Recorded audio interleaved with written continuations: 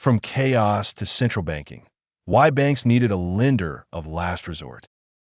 Before central banks, banking was volatile and often catastrophic. Medieval and early modern banks, Peruzzi, Bardi, and others, lent huge sums to monarchs who could default, wiping out depositors. Without deposit insurance or lenders of last resort, bank failures meant total loss and systemic contagion.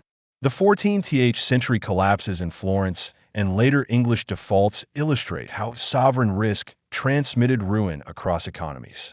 Early banking innovations, double-entry bookkeeping, bills of exchange, and private vaulting evolved into fractional reserve practices with goldsmiths issuing receipts that became money.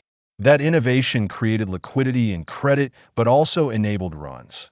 When many redeemed at once, banks lacked enough specie and collapsed.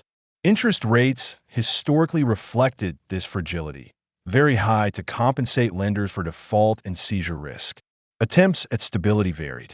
Some systems worked better. Scottish free banking, 1716 to 1845, showed competitive note issuance with private clearing reduced failures. But wildcat and free banking eras, US 1830s, proved dangerous. Many banks issued unreliable notes, redemption failed, and panic spread. Central banks emerged to solve three core problems: standardized currency, provide emergency liquidity, and backstop public finance. Institutions like the Bank of Amsterdam, Sweden's Riksbank, and especially the Bank of England, 1694, gradually took on these roles, managing government debt, issuing uniform notes, and eventually acting as lender of last resort.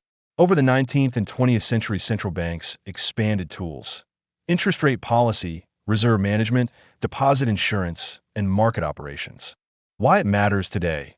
Central banking transformed finance from episodic chaos to managed stability.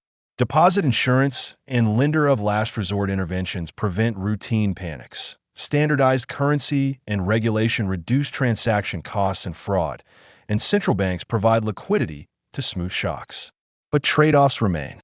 Central banks can enable moral hazard, encourage excessive credit and sovereign borrowing, and cannot fully eliminate crises, only reduce their frequency and severity.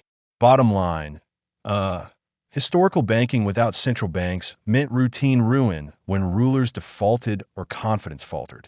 Modern central banking didn't create a perfect system, but it rescued economies from structural chaos, providing the safety nets and tools that let commerce scale across nations.